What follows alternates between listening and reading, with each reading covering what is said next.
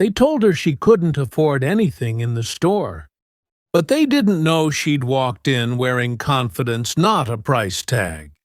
The glass doors of La Belle Boutique slid open with a soft chime. Inside, the scent of expensive perfume and polished marble filled the air. It was the kind of place where the cheapest dress cost more than most people's rent. A young black woman, maybe in her late 20s, stepped in quietly. Her clothes were simple: jeans, a plain white top, and sneakers a little worn from daily use. Her name was Amara. As she walked toward the racks, heads turned. Two saleswomen behind the counter exchanged a glance and smirked. "Can I help you, ma'am?"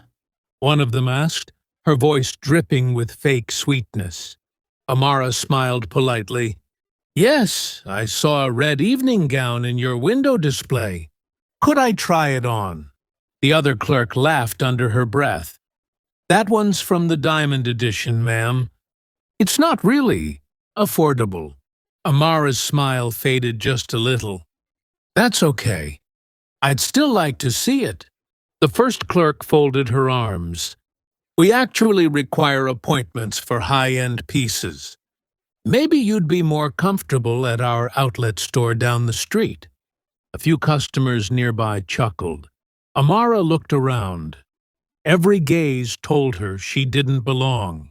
She swallowed her pride, keeping her voice calm. "I understand. Thank you." As she turned to leave, she noticed an older man near the watch section. He looked around 60. White hair, neatly trimmed beard, dressed in a simple blazer and jeans. Unlike the others, he wasn't smirking. He was just watching, quietly, thoughtfully. Amara nodded politely to him as she walked out. He gave her a small, kind smile, the kind that says, "I saw what just happened." Outside, the cool air hit her face. She paused by the fountain in the mall's center, blinking back tears. She wasn't angry, just tired. Tired of being judged before she even spoke. Meanwhile, inside the boutique, the clerks went back to gossiping. "Some people really think they can buy class," one of them said, rolling her eyes. The other laughed. "Yeah, she looked like she came from a thrift shop." A few minutes later, the old man quietly approached them. "Excuse me," he said softly. "Can you tell me more about that red evening gown in your window?" The clerk instantly brightened. "Of course, sir. It's from our premium collection. Italian silk, hand-stitched." He smiled faintly. "Interesting. And how much did you say it was?" $22,000, she said proudly. The man nodded, still calm. "I'll take it." Her eyes widened.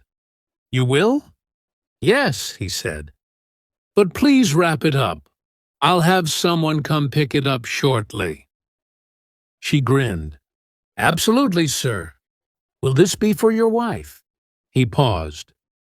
"No," he said quietly. "It's for a woman you just humiliated."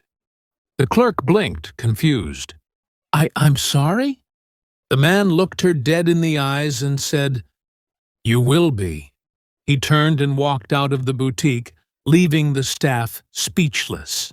Outside, Amara sat on a bench, scrolling through her phone, trying to distract herself.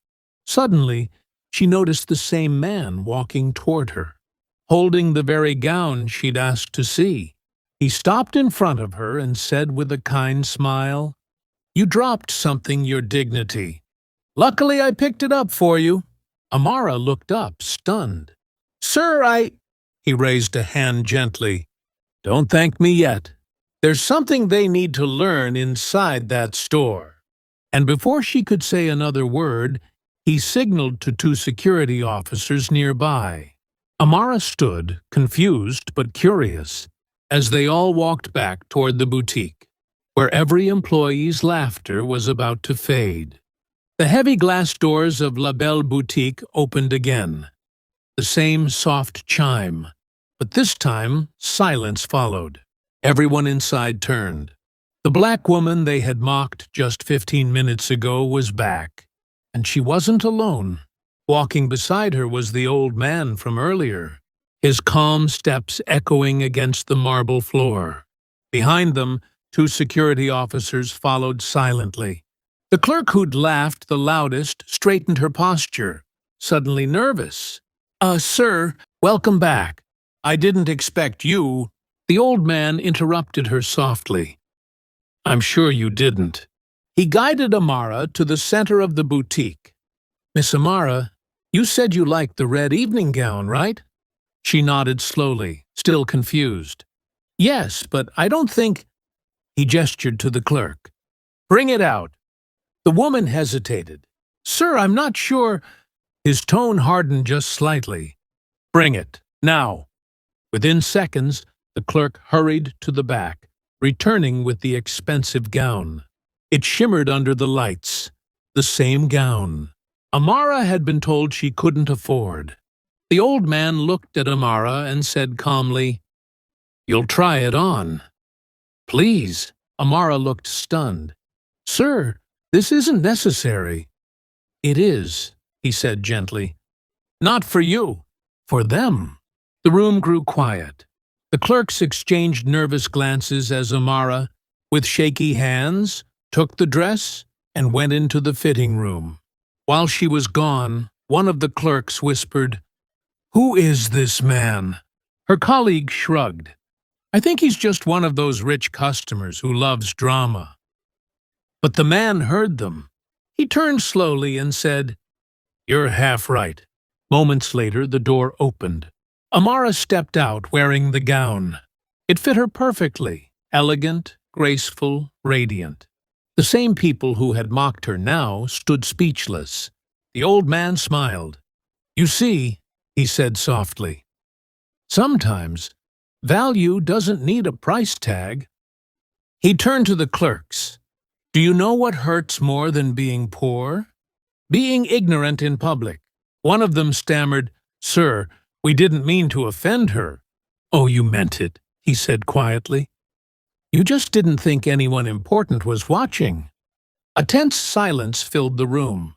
Then, without warning, the man took out a sleek black card from his pocket. An exclusive ownership. ID card of La Belle Group. Every employee froze. The clerk's voice broke. "Wait! You're Mr. Donovan Bell?" He nodded slowly. "The founder. The man who signs your paychecks." The color drained from her face. He looked at Amara again. "I built this brand for women who carry confidence, not privilege." He turned to the clerks one final time. "You've forgotten that luxury isn't about wealth. It's about respect. Consider this your final reminder." The boutique had gone silent. Even the air seemed heavier.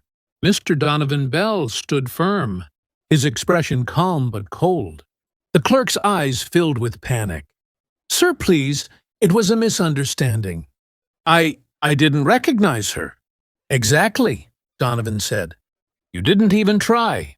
He walked to the counter and placed his ownership card flat on the marble. "You see this logo? It means nothing if the people wearing it have no humanity behind it." Everyone was frozen.